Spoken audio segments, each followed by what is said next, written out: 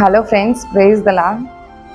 தேவனுடைய பிள்ளைகள் இந்த உலகத்தாரை போல, இந்த உலகத்தில் இருக்கிற மனுஷர்களை போல சற்றிலும் கொஞ்சம் டிஃப்ரெண்ட்டாக இருக்கணும்னு சொல்லி ஆண்டவர் சொல்கிறாரு.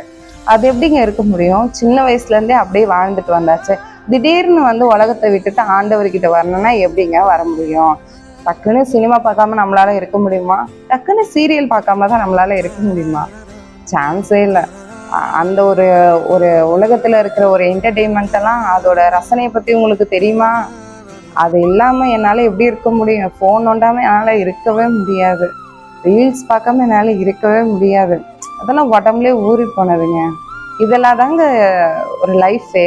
இருக்கிறது ஒரு லைஃப், என்ஜாய் பண்ணிட்டு போகலாம். என்னங்க நீங்கள் அப்படின்னு சொல்லி ஒரு பக்கம் நம்ம சொல்லலாம். ஆனால் ஆண்டவராகிய இயேசு கிறிஸ்து ஏற்றுக்கொண்ட பிள்ளைகளை ஏன் டிஃப்ரெண்ட்டாக இருக்கணும்னா, நம்ம ஆண்டவரை ஏற்றுக்கொண்டு நம்மளுடைய பாவங்களை மன்னிச்சு தேவன் நம்மளுக்கு ஒரு லைஃப்பை கொடுத்து நம்ம அதில் வாழ்ந்துட்டு வந்துட்டுருக்கோம். அந்த லைஃப்பில் திடீர்னு உலகத்தில் நம்ம ஒரு ஸ்நேகத்தை வச்சுட்டு ஆண்டவரையும் ஸ்நேகிச்சுட்டு நம்மளால் எப்படிங்க வாழ முடியும்? கிறிஸ்துவ பிள்ளைகள் சற்று டிஃப்ரெண்ட்டாக இருக்கணும்னா நம்ம இதெல்லாம் வெறுத்து தாங்க ஆகணும். ஏன்னா பரலோகம் என்பதற்கான ஒரு பரிசுத்தம் இருந்தால் மட்டும்தான் தேவனிடத்துல நம்ம நித்திய ஜீவனை அடைய முடியும். அதேதான் சங்கீதம் 1ஆம் அதிகாரத்துல 1ஆம் வசனத்துல ஆண்டவராகிய இயேசு கிறிஸ்து சொல்றாரு, துன்மார்க்கருடைய ஆலோசனை நடவாமலும் பாவைகளுடைய வழி நில்லாமலும் பரியாசக்காரர் உட்காரும் இடத்தில் உட்காராமலும் இரவும் பகலும் கர்த்தருடைய வேதத்தில் பிரியமா இருக்கிற மனுஷன் பாக்கியவன். சரிங்க, ஆண்டவர் இப்படி சொல்லிட்டாரு.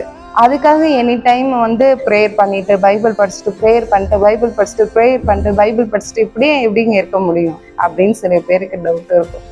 நீங்க ப்ரேயர் பண்ணி பைபிள் படிச்சுக்கிட்டே இருந்தீங்கன்னா உங்களுக்கு இந்த உலகமே வெறுத்து போயிடுங்க. அப்புறம் எப்படிங்க பைபிளும் ப்ரேயரும் உங்களுக்கு வெறுத்து போகும்? கொஞ்சம் சிந்திச்சு பாருங்க. ஆண்டவராகிய இயேசு கிறிஸ்து பரிசுத்தமானவர். அதனால அவருடைய பிள்ளைங்களும் நம்ம எப்படி இருக்கணும்னா பரிசுத்தமா இருக்கணும். பரிசுத்தம் நம்மளுக்கு வேணும்னா இந்த உலகத்தை வெறுத்தா மட்டும்தாங்க நம்மளுக்கு பரிசுத்தம்னு ஒண்ணு கிடைக்கும். உலகத்துல ஒரு வேஷம், ஆண்டவர்கிட்ட ஒரு வேஷம் போடவே முடியாதுங்க. சிந்திச்சு பாருங்க, கேர்ஃபுல்லா இருங்க. கஷ்டமா தான் இருக்கும். இந்த உலகத்தை விட்டு நம்ம ஆண்டவர்கிட்ட ஒரு லைஃப் வாழ்ந்துட்டு போனோம்னா, பரலோகத்துக்கு போகணும்ல, அதுக்கு ஆண்டவரை போல வாழ்ந்தா மட்டும்தான்